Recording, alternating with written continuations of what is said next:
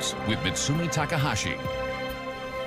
Good evening. In the U.S., they are still looking for the person who killed Charlie Kirk. And today, the FBI released a photo of the suspects they're looking for. Kirk was a high-profile conservative activist and a key supporter of Donald Trump.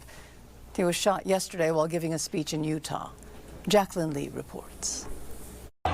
New developments in the manhunt for the person suspected of gunning down 31-year-old Charlie Kirk. The FBI releasing these photos, asking for the public's help in identifying the person of interest. The FBI analyzing a bolt-action rifle. Officials in Utah say they discovered in the woods, believed to be used in connection with the shooting. They're looking for any possible DNA or fingerprints. Multiple law enforcement sources telling ABC News it was wrapped in a towel, with a spent cartridge still chambered and 3 unspent containing what law enforcement officials describe as transgender and anti-fascist writings. Law enforcement has not explained what that means or whether those markings were meant to misdirect investigators. Authorities combing through video from the scene, including this one, which appears to show a person on the roof, according to sources familiar with the ongoing investigation. After the shooting, we were able to track his movements as he moved to the other side of the building, jumped off of the building, and fled off of the campus and into a neighborhood. Kirk was shot and killed during an event at Utah Valley University Wednesday.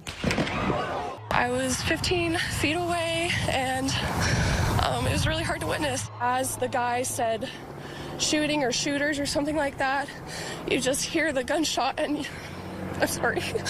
Kirk founded the conservative youth organization Turning Point USA, a memorial growing outside their Phoenix headquarters. There was controversy over many of his viewpoints and comments, including about the LGBTQ+ community, single women, and Jewish people. President Trump today saying he will be awarding Kirk the Presidential Medal of Freedom. I have no doubt that Charlie's voice and the courage he put into the hearts of countless people, especially young people, will live on. A source confirming to ABC News that Vice President J.D. Vance will be meeting with Kirk's family here in Utah before taking his casket on board Air Force 2 back home to Phoenix. Jacqueline Lee, ABC News, Orem, Utah. Within minutes of the shooting, videos of Charlie Kirk's death flooded social media feeds. Suddenly, millions of young people were exposed to very graphic violence. Denise Roberts now on what they saw and their reaction to it. This morning at McGill, students were in shock about what they saw take place on another university campus. Many were confronted with graphic video of Charlie Kirk's assassination minutes after it happened. You watched it? Yeah, I did. Yeah. It's awful. It's awful. Do you wish you hadn't? Yeah, I wish I didn't see that. That's still stuck in my mind. There were some very horrific moments, and yeah, I gotta be honest, I got a little bit anxious watching them last night. While most news media didn't show the video, it flooded social media feeds, where many young people get their news, including this high school student. There's a lot of kids on TikTok, and I'm sure a lot of kids much younger than me saw that video. And it's really messed up. It's really bad. While they say the images were disturbing, so were some of the reactions to it. Overnight, I've gotten into arguments with 4 different friends that are he should have died. He deserved to die. No one deserves to die. And what about his children, his wife, everyone that witnessed that? It's ridiculous. I'm seeing these graphic videos. I'm seeing a lot of reactions, even from people on both sides of the political spectrum. Obviously, I don't stand for what he is standing for, but I still think political violence never has its place. University of Montreal professor Linda Pagani says young people are increasingly being exposed to violence, often involuntarily. The fact that young people are who have been exposed to the visuals are traumatized, that's a good sign that our social conscience is there. She says young people especially need to be able to talk about what they're seeing online. It's a great opportunity actually to talk to others and reflect on our media culture. And perhaps take a step back from social media. Denise Roberts, CTV News. A 28-year-old man from Nova Scotia appeared in court in Longueuil this afternoon to answer charges related to a fatal crash on the South Shore in 2022. The suspect left Canada shortly after the accident, but eventually arrested in the United States. Stéphane Giroux has more. The crash happened near the intersection of Autoroute 30 and Grande Allée in July 2022 in Brossard.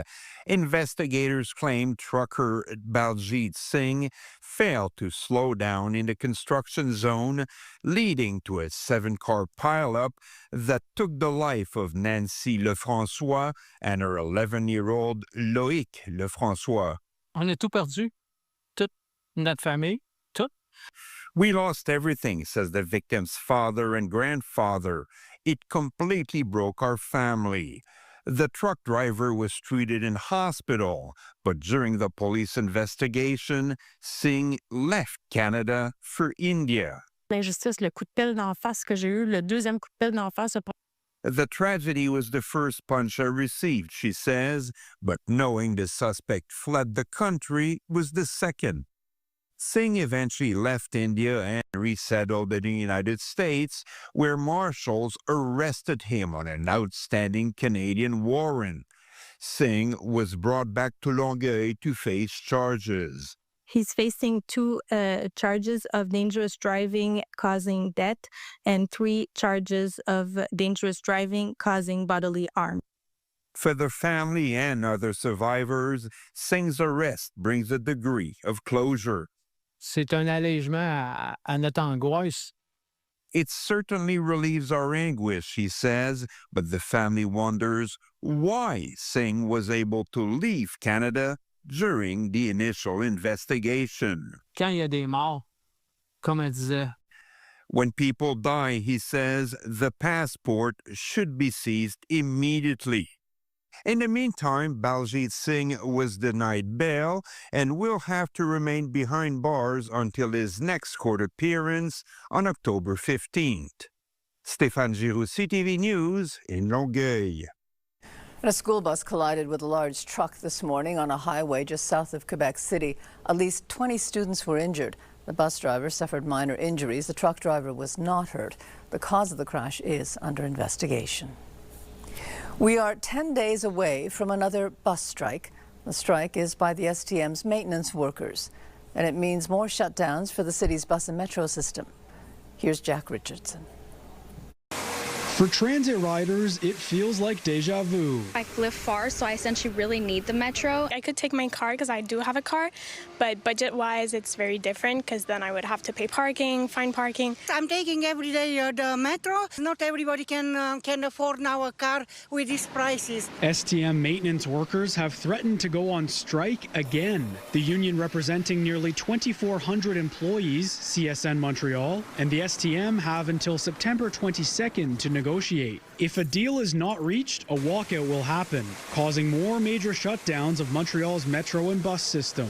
We're fully committed to this negotiation, and we'll do everything that we can with the mediator and the union to prevent this strike. The rollout of the shutdowns would result in the following closures on Mondays, Wednesdays, and Fridays between September 22nd and October 5th. The metro will be closed from 9:30 a.m. to 2:45 p.m. and from 5:45 p.m. to 11 p.m. Buses won't run between 9:15 a.m. and 3 p.m. and from 6 p.m. to 11 p.m. The closures will still allow riders to use the STM during peak hours, but not everybody takes it during those times, especially students. The schedule is very mixed match. Sometimes I need it at like 2, so the strike is kind of inconvenient because I have classes at like 1 or 2, and then how do I get to my class? And I don't want to get to school and wait 3 hours. Fluctuating class schedules make it difficult to plan alternate routes. Let's say I have a class at 6, how do I get home?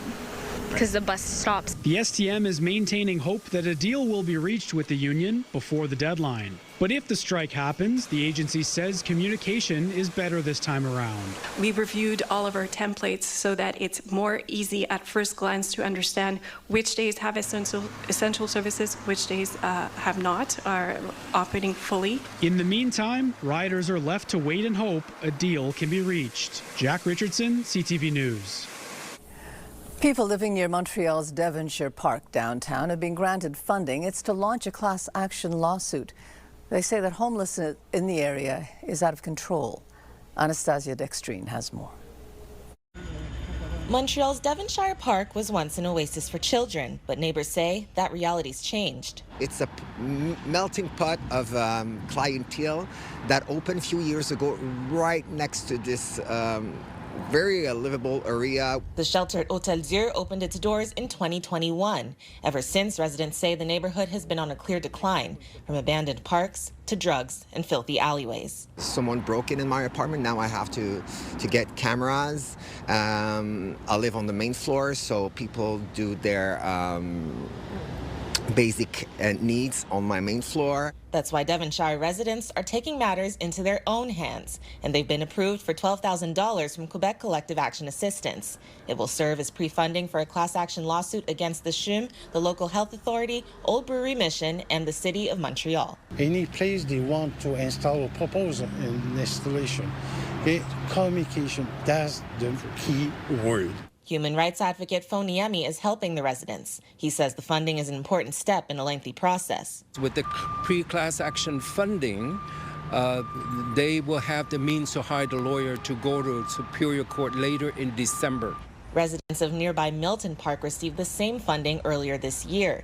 That area has experienced similar issues. Since the Open Door Shelter relocated to Park Avenue in 2018, many in the area say it too has become unsafe. You have screaming criminality in our neighborhood, the pushers, the drug addicts, and the sellers. It's a real problem. Neither of our lawsuit is against the homeless. If anything, it's for them because they're not taken care of properly. Every level of government passes the buck to the other level, and in the end, the residents in the neighborhood suffer. CTV reached out to the CHUM, Old Brewery Mission, and the City of Montreal and did not hear back in time for broadcast. The Siège du Centre Sud said it could not comment on a case before the courts. Meanwhile, residents here are hoping for a seat at the table when decisions are being made about their neighborhood. Anastasia Extreme, CTV News. A class action lawsuit has been filed against a popular spa in Western Quebec. The woman at the center of the suit claims she was sexually assaulted by a massage therapist there, and dozens more women have come forward saying the same. Katie Griffin reports. I was supposed to be going to a safe place. This woman, who we are not identifying, revealing disturbing details, alleging she was sexually assaulted by a male massage therapist at Le Nordique in December 2024. I was like, did I just feel that? Is that really happening? Unfortunately, I froze. It's frustrating. I wish I would have jumped up and yelled or screamed or something, but I didn't. Identified only as AB, she's the lead plaintiff in a proposed class action lawsuit against Nordique Spa Village, Chelsea. Anyone alleging they were sexually assaulted during a massage there can join it. She's also going after the spa directly, alleging that the spa did not take the appropriate measures or enough measures in order to prevent these cases of sexual abuse from taking place. The lawsuit alleges the woman suddenly felt the massage therapist's testicles in her left hand through his pants. And when he lifted the sheet to allow her to turn over, he made eye contact instead of turning away. She feels deeply uncomfortable when she realizes the massage therapist is keeping his eyes fixed on her while she is naked and completely exposed, the lawsuit states. In the weeks since the proposed class action was launched and publicized, more than 80 alleged victims have now come forward. We realized that, different massage therapists were involved and that many different victims had allegedly been assaulted while at the spa, which is why we believe there wasn't just a problem with the massage therapists, but also a problem with the management. Nordique Spa Village says it won't comment on the allegations in the lawsuit, but says all massage therapists are subject to rigorous screening. Writing in a statement, it maintains a strict zero-tolerance policy with respect to any misconduct or inappropriate behavior by massage therapists practicing within its establishment, and that it's fully committed to adopting all measures reasonably available to ensure and preserve the safety, well-being, and trust of our clientele. They're like, we're not responsible because they're contractors. Well, that's not the case. You have a duty of care. AB also alleges the man forcefully threw a towel at her face and inappropriately touched her in her inner thigh area. The lawsuit references other massage therapists employed by Le Nordique have been charged with sexual assault in the past. What I would like to happen is,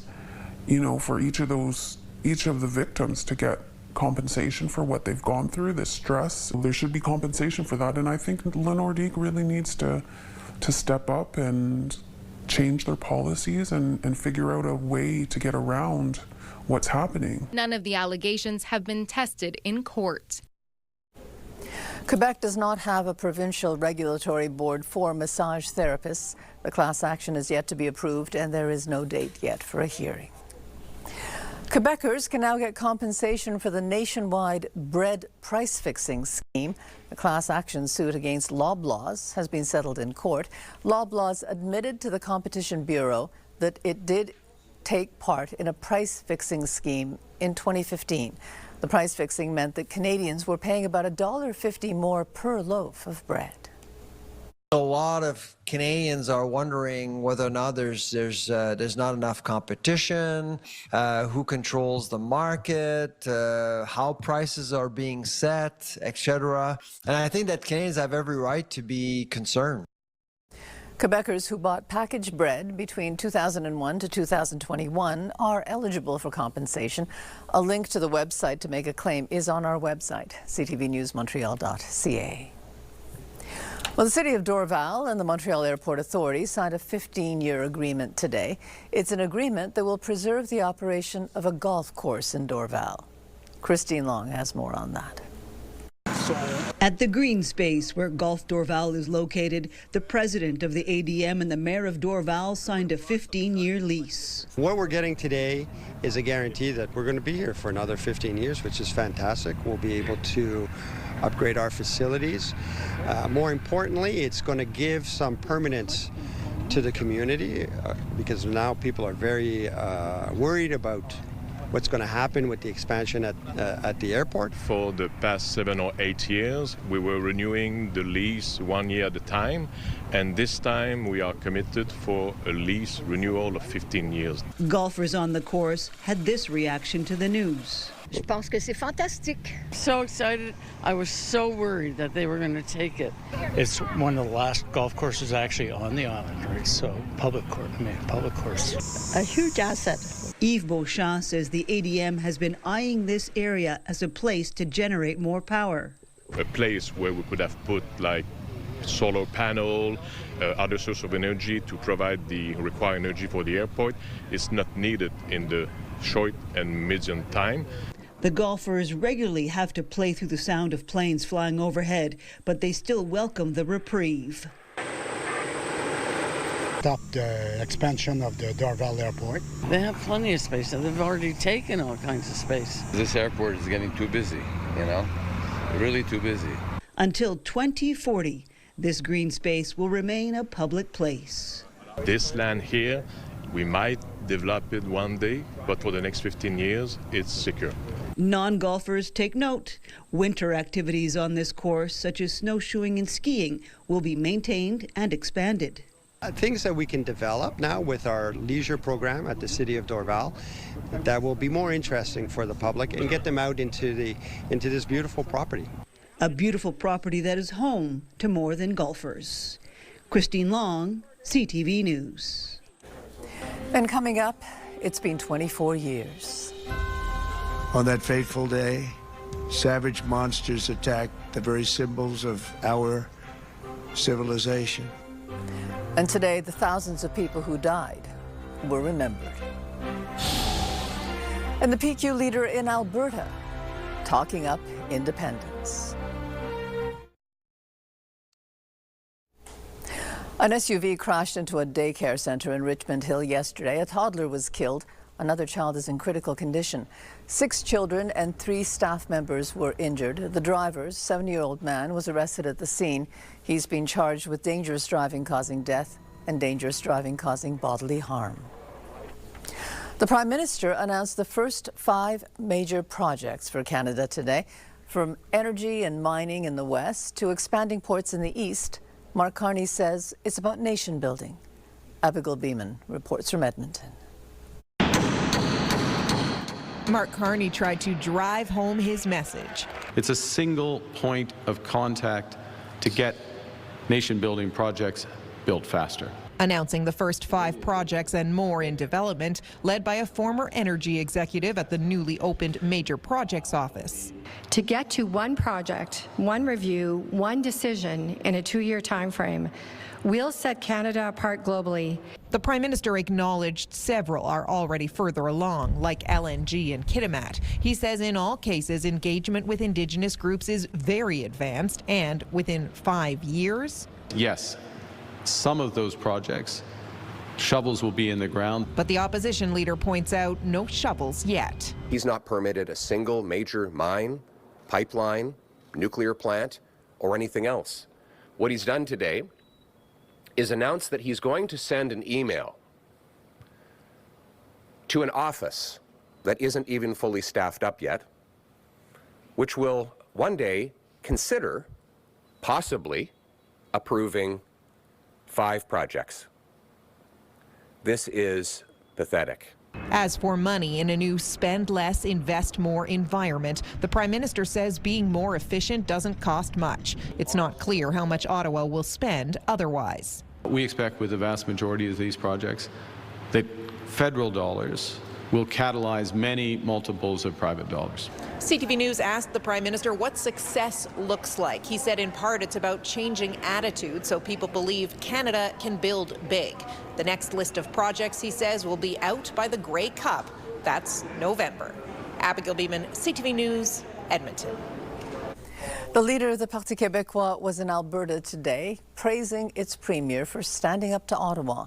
The PQ is riding high in the polls here in Quebec, and Paul Saint-Pierre Plamondon is hoping to become a premier himself next year. Geneviève Beauchemin now on what unites and separates the two. On Alberta soil, the Quebec flag was on hand for the leader of the Parti Québécois at the University of Calgary, the sovereignist leader drawing parallels between two provinces that have often been at odds. It's the lack of respect under the Canadian regime that is really annoying for both Albertans and Quebec, maybe for different reasons, but it is a reality. He had kind words for Premier Danielle Smith, saying she's playing her cards right and standing up to Ottawa. The message delivered in Calgary, but meant to be heard in his home province, showing he has the chops of a premier. It's part of a broader strategy for him, but that's the main, of course, I would say audience for that is not people in Alberta, it's actually sovereignists in Quebec.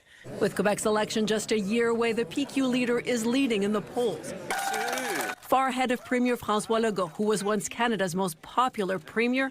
Now an Angus Reid survey shows he is the least popular, with the approval of just 1 in 5 Quebecers. Un traitement choc. This week, Legault shuffled his cabinet, trying to hit the reset button. Une explosion de l'immigration. He spoke of immigration, Quebec's identity, and his critics say he launched a war against the government and public services to win back support. Une sorte de Dodge québécois. Monsieur Legault is creating a kind of Quebec Doge, said Ruba Gazal of the provincial party Quebec Solidaire. Now, despite the PQ's lead, Legault said his desire to fight was greater than ever. C'est l'amour du peuple québécois, c'est tout. Inspired, he said, by his love for Quebecers. But some analysts say climbing back up into the lead in just over a year will be a challenge for Legault. Geneviève Beauchemin, CTV News, Montreal. There were ceremonies today to mark the 24th anniversary of the 9/11 terrorist attacks. David Gregory Arche. Michael George Archinsky. Louis Arena. In New York City, people read the names of everyone who died that day, September 11th, 2001.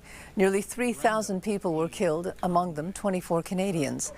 Events were also held in Shanksville, Pennsylvania, and at the Pentagon in Virginia, where Donald Trump spoke.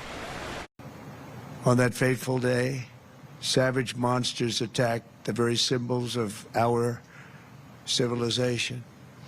Yet here in Virginia and in New York, and in the skies over Pennsylvania, Americans did not hesitate. They stood on their feet and they showed the world that we will never yield, we will never bend, we will never give up, and our great American flag will never, ever fail. British Prime Minister Keir Starmer has fired the UK's ambassador to the United States. It follows revelations about the diplomat's relationship with convicted sex offender Jeffrey Epstein. Peter Mandelson's name came up after Epstein's birthday album was released. It included what looks like a letter from Mandelson describing Epstein as his best pal. Mandelson admits he carried on that association for, quote, far longer than I should have. And coming up, the Airbnb listing. It came as a surprise. I really don't know how I can be protected from the same case scenario. It makes me nervous.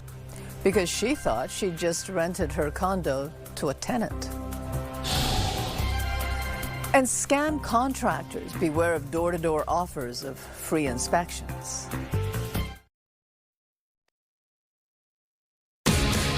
CJAD 800's Cash Call is back. $200 in free money every weekday if you make the call. Go to CJAD800.com to sign up. From News Talk Radio, CJAD 800.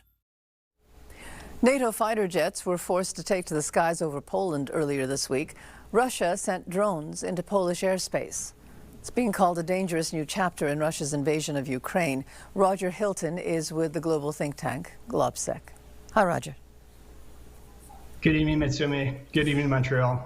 So, Roger, observers are saying that this was no accident given the number of drones used. It's thought it was more of a rehearsal, maybe a provocation. And it comes as Russia is about to begin massive military exercises with Belarus. Now, you don't think this is all a coincidence? I mean, if we take a look back in the events leading up to what happened in Poland earlier in the week, you had Trump rolling out the red carpet for Putin in Alaska with no consequences. You had the Trump administration cutting funding for NATO allies bordering Russia. You've had multiple violations, drone incursions in Lithuania and Romania throughout this time. And then you had Ukraine being pummeled. So when you put this all together, as you said, ahead of the Zapad exercises, this is nothing short of a coincidence. And as we said, a psychological operation, shaping operation, sort of see what NATO's response is and how the alliance, will react collectively to this. So if Putin was trying to test NATO, what he saw was that Europe really isn't prepared for this kind of mass air assault with drones. I mean, NATO admits its eastern air defenses are weak. Is there a fear that Putin will do more as a result of this, be emboldened? We'll see. I mean, let's try to be optimistic. The language I think I would say is that the eastern flank of NATO is a work in progress of how they want to try to rectify it, patch holes in it. As you said, I mean, this is very unconventional and unsustainable that, Dutch F-35s and F-16s had to be scrambled to shoot them down. But I mean, looking more to the future, the major takeaway at the NATO summit in The Hague was the surging of capabilities on air defense and air missile defense, which is a long-term process, but something that NATO has identified. At the same time, in Europe, it was the State of the Union of the European Union this week, where the European Commissioner Ursula von der Leyen was talking about a drone alliance. So it's a lesson learned. It's the first time something like this has happened. So I expect after the comprehensive review is done that the response will be much quicker and smoother. But of course, I mean, it gives Putin an opening to move forward potentially. Well, it is clear that Putin is not really interested in a truce or peace. What do you think Putin's endgame is here? I mean, given sort of how things have been going for him recently, how he's tied the turn a little bit, I mean, I think more now than ever, he has no threat of a military defeat, which is the one thing that would be serious about him. He still is earning significant energy revenue by shifting markets from his main source in Europe to Asia. So, I mean, what he's looking for now is, of course, sort of his maximalist demands when it comes to reduced Ukrainian sovereignty, the territory that he wants, all of the Donbass. And I think also what the drone shows is that the coalition of the willing, which Canada might be part of, I think he's actively trying to discourage that we've crossed into Poland so that if you do put troops on the ground, as he said in his press conference in China at the SCO summit last week, we won't be afraid to hit them. So a lot of signaling and mind games going on with what he wants, both with NATO and with Ukraine. Some people, though, are wondering how much support Putin has internally among his top levels of government, his military, grumblings that Putin has handled the war badly, it's gone on too long. Do you think Putin is now trying to prove something to his critics? Well, I mean, I think, obviously a 3-day special military operation has turned into a lot longer, and they had to pull back from Kiev, and the first, counteroffensive by Kiev was also super effective. But unfortunately for Ukraine, he has really writ the ship a little bit, and one of the main reasons that he has been able to do that is this very expensive recruitment system. There was a partial mobilization at the beginning where Russia needed more troops, and that was politically unpopular. So, I mean, this new way of putting people at the front line, paying huge financial windfalls has really been successful. he has a complete stranglehold politically at home. There's no, there's no whiff of dissent. There's total media censorship. They control the internet. They slow down YouTube. So in that sense, he has no resistance at home. And most importantly, abroad, the idea that they're diplomatically isolated just couldn't be farther from the truth now, as you see with the meetings with India and China, the support of the global south, and unfortunately with what happened in Alaska. He's still earning energy revenue. So at the end of the day, I mean, I think he wants to go through with his maximist demands. And more importantly, he says, we have the resources, time is on my side, and we can wait out Ukraine and its supporters. And very quickly, Roger, you said lessons learned for the European leaders. What do you think we can expect to see from Europe now?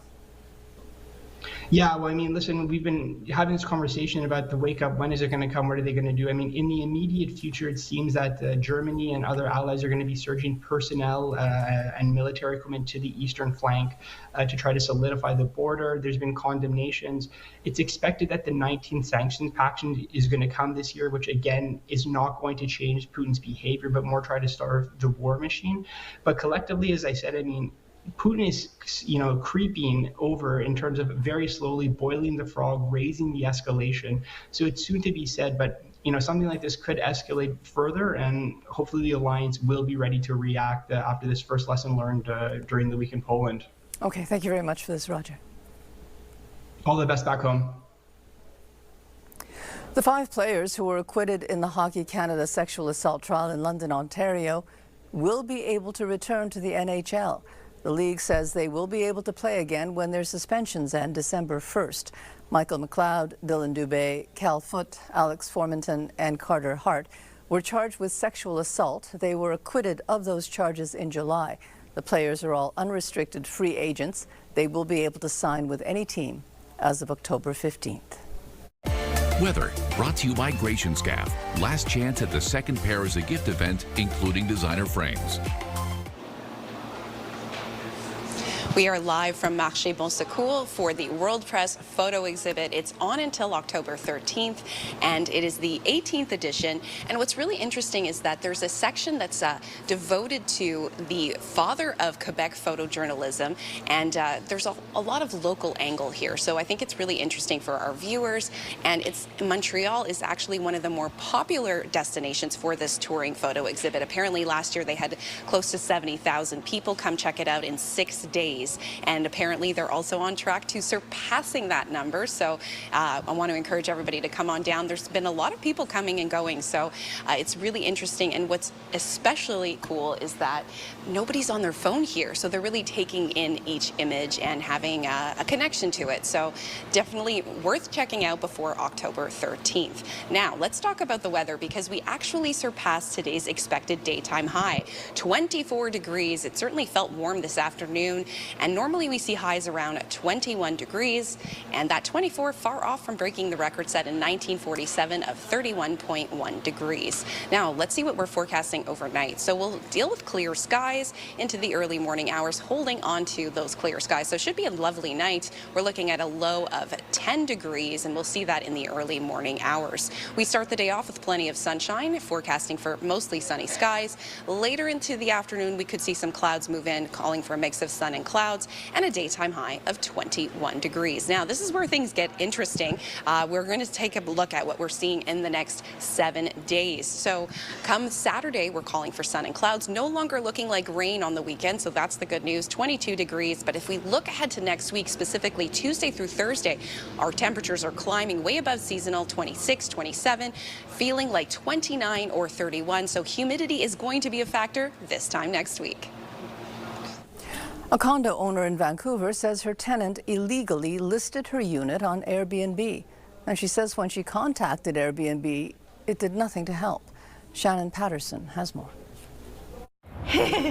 With help from her family, Sylvie Kim is getting her downtown Vancouver condo ready for the rental market. Actually, we're spending a lot of money on renewing this, unit to rent it out again. Kim had no issues with her last long-term tenant until this past June. I got email from the strata saying that my unit has been used for short-term rentals, which I had no idea. So I got shocked, asked them for evidence. So then they came upstairs and knocked on the door.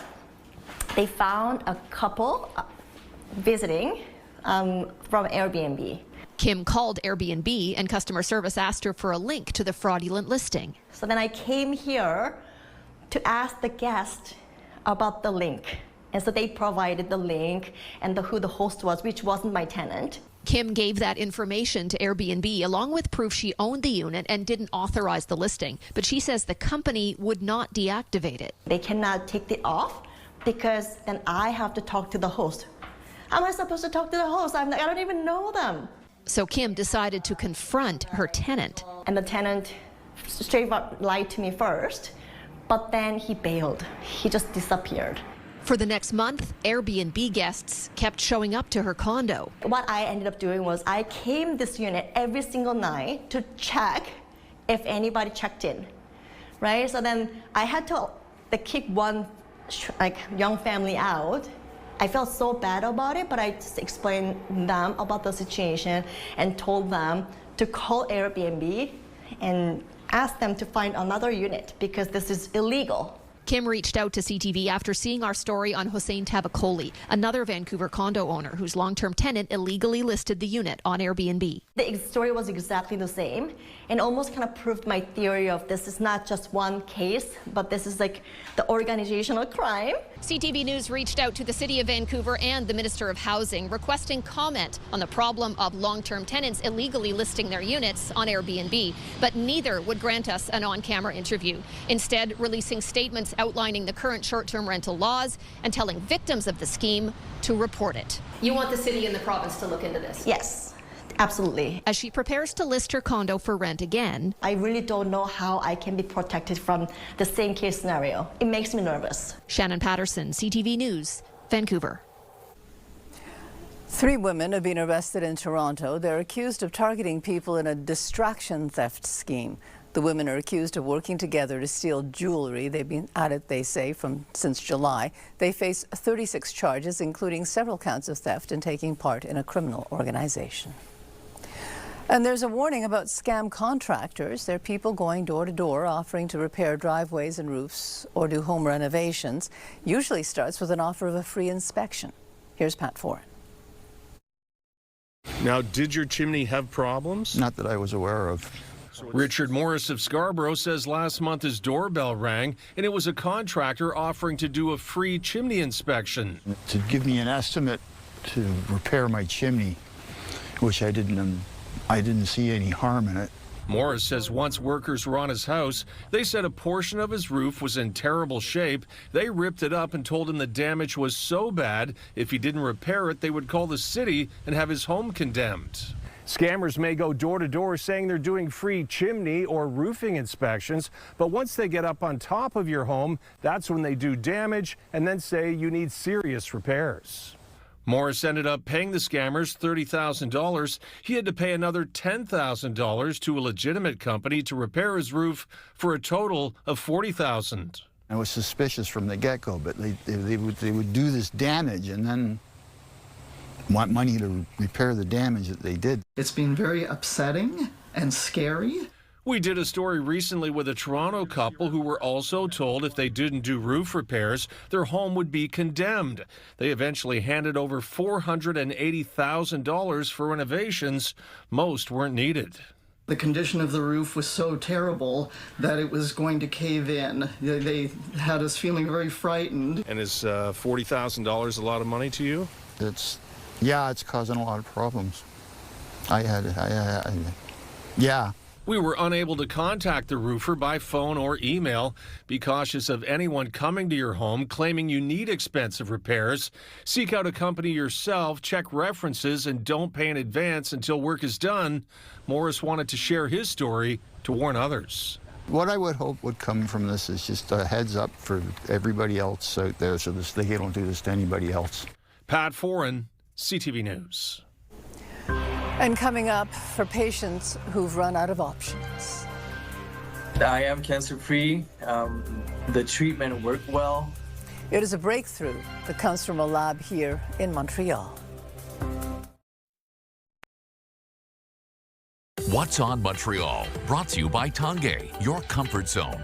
The summer's coming to a close, but there's still lots to do in Montreal. Support cancer research while you walk or run. The Terry Fox Run takes place in the Old Port Sunday. The route starts at Marché des Éclusiers. Or take in some canine competitions where dogs from the military and search and rescue put their skills to the test. They're live at iCar Mirabel. It's a first for Saint-Lazare with the Saint-Lazare Rib Fest. Expect good food, live music, and a zone built especially for kids. That's from Friday to Sunday at Bedard Park. You can also head to What the Pop. That's Yes Montreal's flagship art series. Take in photography, paintings, digital art, and more at Centre Saint-Jacques on Friday and Saturday. Finally, enjoy live music by performers from ages 7 to 70 on Saturday. The event is free. Check out the various locations of the Hudson Porch Fest. Lots to choose from before fall begins. For What's on Montreal, I'm Anastasia Dextrine. Your Health, brought to you by Grationscaf. Last chance at the second pair is a gift event, including designer frames. There's a new treatment that offers hope to patients with blood cancers. It began with a discovery in a Montreal lab. Sweeta Rassi has the story. François Lucas Alzat was diagnosed with leukemia in 2014. Doctors told him he needed a bone marrow transplant. Sadly, the hospital was not able to find a compatible donor for me. In 2015, he seemed to be out of options until his doctor offered him an experimental treatment called UM171 cell therapy, designed to fight blood cancers. Here's how it works. Doctors collect stem cells from a baby's umbilical cord, and those cells are multiplied in a lab using the UM171 molecule. After the patient receives chemotherapy to wipe out the cancer, the new stem cells are infused just like a blood transfusion. For Alzat, the treatment was a success. I am cancer-free. The treatment worked well. Anne Marinier is a head chemist in the lab that developed UM171. It saves lives. So I think it's a breakthrough. Hematologist Guy Sauvageau explains the treatment rebuilds the entire immune system. About 15 days later, it will reconstitute your entire blood system. UM171 was first developed in 2014 at the University of Montreal and has helped 120 patients worldwide. Last month, the European Commission accelerated the approval process, but as for Canadian approval, that will take time as more testing is required. This is like more 5 years from today. Alzat is lucky that for him, the treatment was more than a trial. They gave me a treatment that I think really, I think it probably saved my life, honestly. Now that this Canadian therapy is available to Europeans, they're hoping Health Canada takes note and speeds up the approval process for what some believe is a life-saving treatment. Sweeta Rassi, CTV News. And now here are some of the day's closing financial numbers. In Toronto, the TSX was up 228 points to finish at 29,407. In New York, the Dow closed up 617 points to 46,108. The S&P 500 index was up 55 points to 6,587. And the Nasdaq finished the day 157 points higher to close at 22,043. And the Canadian dollar is trading slightly higher at $72.29. Police have made an arrest in connection with a sexual assault in the Dorval area. And Caroline, police believe there might be other alleged victims. Yes, and that's why they're putting out a call for anyone who knows anything about the suspect, 54-year-old Mark Pomerantz, to call them. He was arrested August 27th in connection with a sexual assault on August the 8th. And according to police, he used threats and intimidation before abandoning his victim and leaving the scene in a car. And also, we'll speak to the curator of the World Press Photo Exhibition in Old Montreal at Bon Secours Market. We will find out more about why this exhibit is so popular with Quebecers every year. Mitsumi? Thanks very much, Caroline.